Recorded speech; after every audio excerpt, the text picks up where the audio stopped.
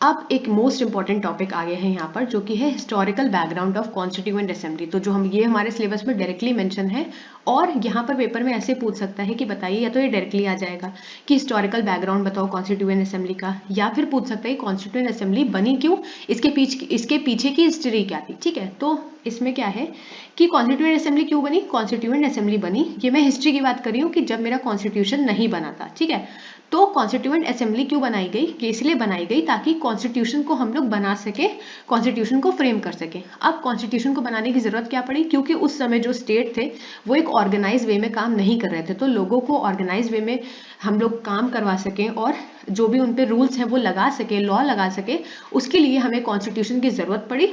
और इसीलिए हमने कॉन्स्टिट्यूएंट असेंबली का फॉर्मेशन किया ताकि जो कॉन्स्टिट्यूशन है वो बन सके।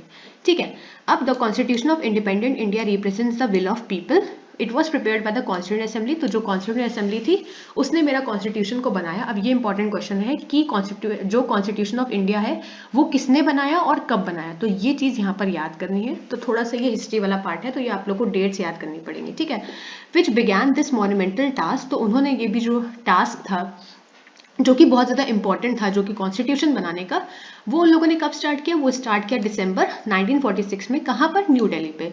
तो ये जो काम था कॉन्स्टिट्यूएंट असेंबली का, वो जो कॉन्स्टिट्यूशन बनाने का काम था वो दिसंबर 1946 न्यू दिल्ली में स्टार्ट किया गया, और उन लोगों को कम से कम थोड़ा सा कम साल, 3 साल से कम टाइम लगा इसको कंप्लीट करने में। ठीक है, अब है the constituent assembly which had 299 members. तो 299 मेंबर्स थे मेरे कॉन्स्टिट्यूएंट असेंबली के अंदर। After the partition of India discussed and deliberated over each clause of constitution and arrived at decision by consensus। तो इसके अंदर इतनी चीज याद रखो कि जो टास्क था वो दिसंबर 1946 में शुरू हुआ न्यू दिल्ली में, 3 साल से कम का टाइम लगा, और कॉन्स्टिट्यूएंट असेंबली के अंदर 299 मेंबर्स थे। ठीक है, तो मैंने बोल्ड भी कर दिया जो इंपॉर्टेंट चीजें हैं। फिर है the assembly adopted the constitution of independent India on.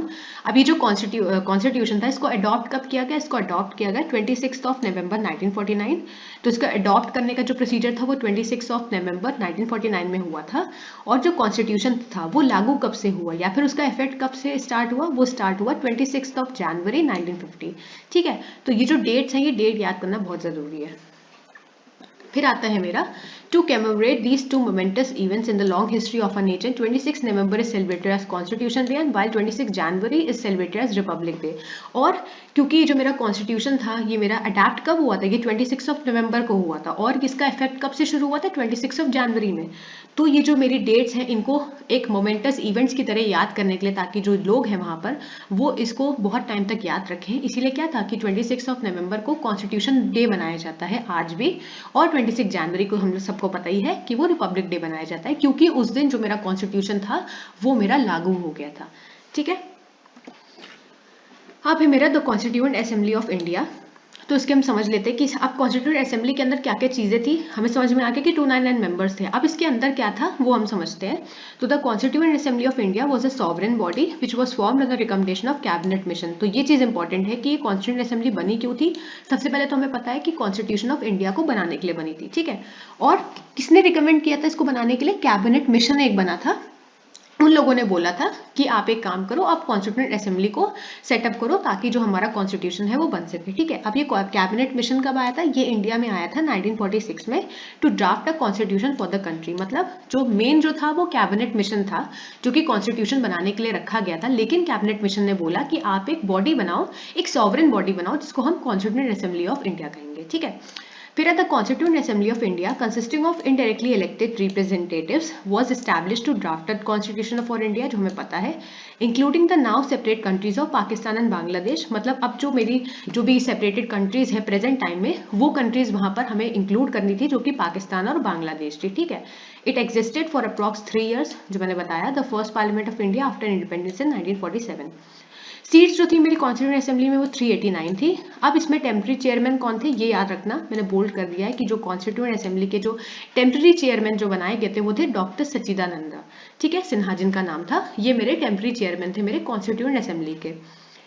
फिर आ गया मेरा कि on the basis of framework provided by cabinet mission, तो कैबिनेट मिशन ने फ्रेमवर्क बताया कि आप एक काम करो, आप एक कॉन्स्टिट्यूएंट असेंबली को फॉर्म करो, एक बॉडी को फॉर्म करो। तो उसके साथ मेरी कॉन्स्टिट्यूएंट असेंबली जो है वो सेटअप हुई 9 दिसंबर 1946 में। तो डेट्स तो हमें याद करनी है।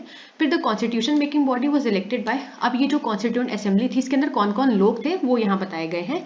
द प्रोविंशियल लेजिस्लेटिव असेंबली, तो एक लेजिस्लेटिव असेंबली थी जिसके अंदर 389 मेंबर्स थे, who included 93 from princely state and 296 from British India. ठीक है, तो इसके अंदर 389 मेंबर्स थे, जिसमें से जो 93 थे वो मेरे प्रिंसली स्टेट से थे और जो 296 मेंबर्स थे वो मेरे वो ब्रिटिश इंडिया से थे। ठीक है, the first meeting of constituent assembly took place on, जो पहली मीटिंग हुई थी कॉन्स्टिट्यूएंट असेंबली को बनने के बाद वो हुई थी दिसंबर 9, 1946 में at New Delhi with doctor Sachchidananda Sinha being elected as interim president. तो मैंने बताया था कि जो डॉक्टर सच्चिदानंद सिन्हा थे वो क्या थे, वो मेरे टेम्पररी प्रेसिडेंट थे उस टाइम के। तो सबसे पहली जो मीटिंग थी वो दिसंबर 9, 1946 में की गई थी। और फिर हाउएवर ऑन दिसंबर 11, 1946 9 को ये इलेक्ट हुए थे इंटरिम प्रेसिडेंट, मतलब टेम्पररी प्रेसिडेंट। उसके बाद 11 दिसंबर को ही डॉक्टर राजेंद्र प्रसाद इसके प्रेसिडेंट बना दिए गए थे और एच.सी. मुखर्जी जो थे वो वाइस प्रेसिडेंट बना दिए गए थे। ठीक है, तो जो भी इंपॉर्टेंट चीज़ें हैं, जो भी डेट्स हैं या फिर जो इंपॉर्टेंट चीज़ों पर्सन्स के नाम है वो मैंने बोल्ड करके समझाए हैं। ठीक है, अब आते हैं कुछ फंक्शंस ऑफ कॉन्स्टिट्यूएंट असेंबली जो कि इंपॉर्टेंट हैं। तो सबसे पहले क्या है, सबसे पहले तो हमें पता है कि कॉन्स्टिट्यूशन को फ्रेम करने के लिए। ठीक है, दूसरा है कि लॉस को इनैक्ट करने के लिए, क्योंकि कॉन्स्टिट्यूशन का काम क्या है, कॉन्स्टिट्यूशन का काम है कि लोगों पे लॉस को इनैक्ट करना। तो कॉन्स्टिट्यूएंट असेंबली का भी काम इसी तरह से है। फिर उसके बाद उन लोगों ने नेशनल फ्लैग जो है, जो राष्ट्रीय झंडा है आज भी, उसको अडॉप्ट किया था। ये डेट याद कर लेना कि जुलाई 22, 1947 में मेरा नेशनल फ्लैग को अडॉप्ट किया था। ठीक है, फिर है मेरा it accepted and approved India's membership of British Commonwealth in May 1949। ये ज़्यादा इंपॉर्टेंट नहीं है, चाहो तो याद कर सकते हो।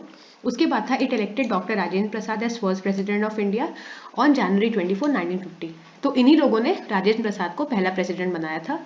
फिर छठा है कि it adopted the national anthem, तो नेशनल एंथम भी इन्हीं लोगों ने अडॉप्ट किया था। और कब किया था, जनवरी 24, 1950 में। और उसी दिन नेशनल सॉन्ग भी अडॉप्ट किया था जनवरी 24, 1950 में। मतलब नेशनल फ्लैग भी इन्हीं लोगों ने अडॉप्ट किया था, नेशनल एंथम भी और नेशनल सॉन्ग भी। तो ये मेरे कॉन्स्टिट्यूएंट असेंबली के फंक्शंस हैं।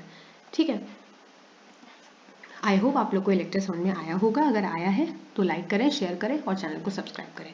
Thank you.